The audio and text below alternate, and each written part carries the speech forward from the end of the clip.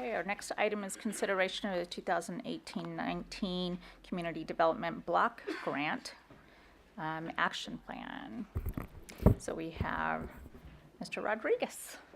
Good evening again. The item before you this evening is the city's annual action plan for the Community Block Development Program for fiscal year 2018-2019. The fiscal year being, of course, running or beginning July 1st from running through June, the end of June of 2019.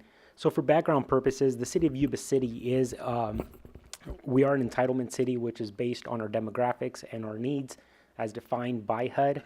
The purpose of the program or the intent is to provide safe, decent, and affordable housing for persons of low income, and it's also to serve as an economic engine for both low and for moderate income persons in our community. Every year, a staff comes before the city council on 3 occasions.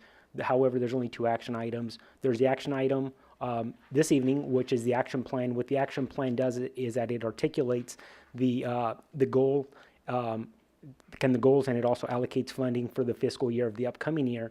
And then every year around September, city staff brings back a CAPER report, which identifies the programs that the city engaged in for the previous year. And then also, as a standard of practice, we've been coming before the council in around March. The first week of March this year was March the 3rd, where we identify the program, where we discuss the program, and we also receive feedback for the council to ensure that as we're going through the process and we are making recommendations to council, that we have a clear understanding of what the goals of the council are. So again, so as we're reviewing them, as we're ranking them, we are meeting the goals as set forth by the council. In terms of how we allocate funds, the city does have some discretion. However, within that discretion, there's some caps, which I will discuss. But again, activities generally include housing, so rural property investment, economic opportunities, and again, the bottom does identify those caps. So in terms of program administration, we have a maximum cap of 20%, and public services is 15%. You can go below the threshold, you just obviously cannot exceed it.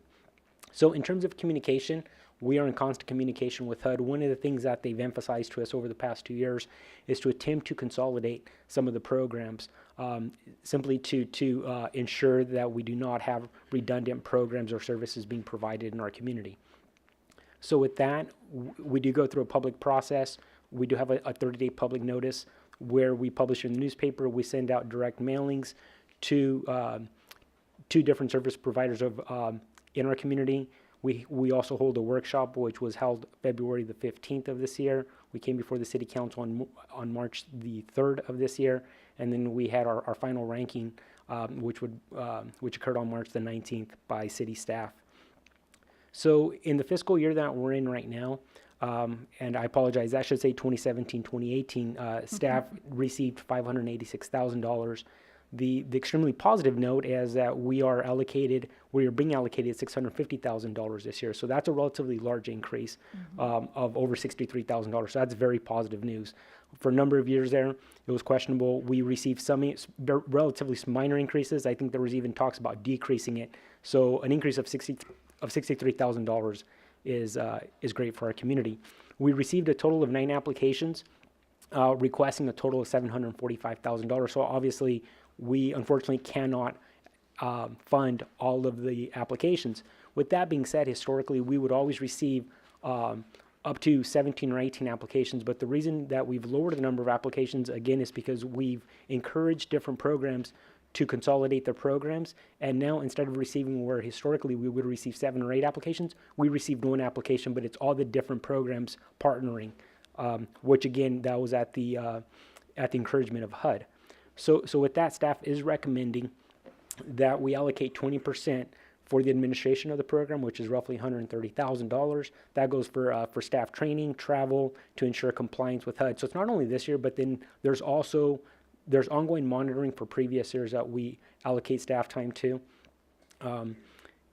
Public services has a 15% cap, and historically the city's largely geared those programs towards helping people that are homeless or the homeless population.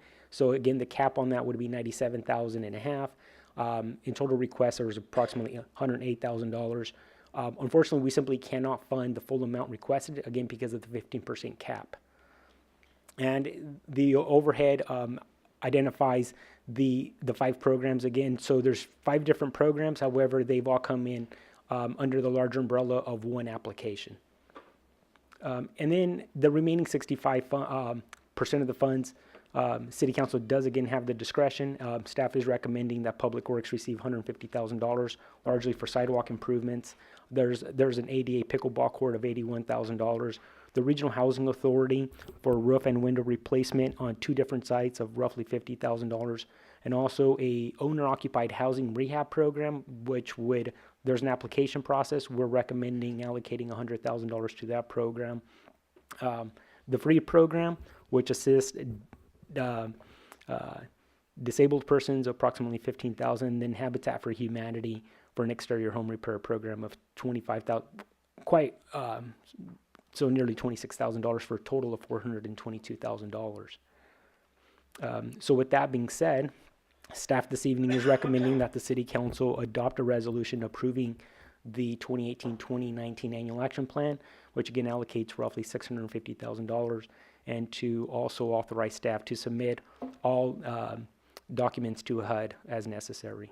And that concludes staff's presentation. Great, thank you.